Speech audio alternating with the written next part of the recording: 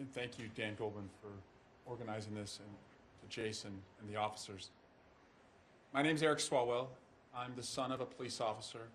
I have two brothers who today still walk the beat. I'm a former prosecutor, so I can tell the difference between a cop and a convict.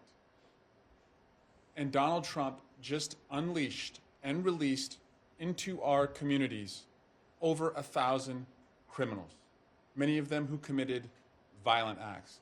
And nothing about what Donald Trump did erases what those individuals did on January 6th.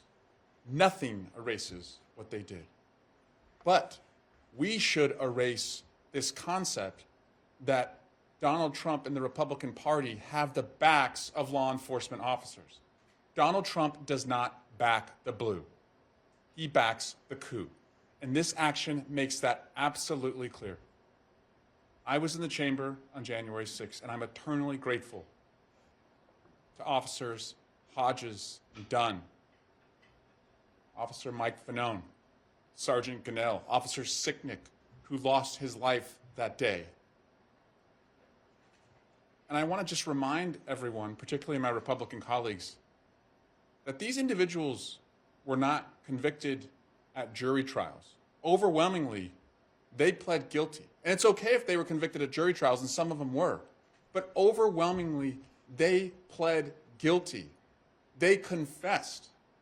They pled guilty because they are guilty, including the individual who brought the most trauma to Officer Fanone by tasing him, causing a heart attack and a traumatic brain injury, now released into our communities.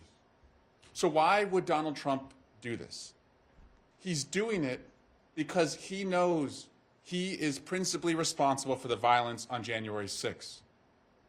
And so for Donald Trump to self-exonerate, he has to exonerate them.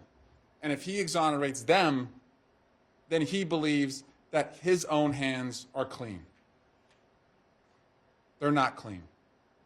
We're not going away. It's said that history is written by the winners. Donald Trump won an election, but he has not won the truth. So we're not going to let this going away. We're going to hold our Republican colleagues to account. They have a very thin majority in this caucus. They could not do anything in the last Congress without the majority of the votes coming from Democrats. So we're going to stand up for law enforcement. We're going to stand up for our democracy. And this story is not yet complete.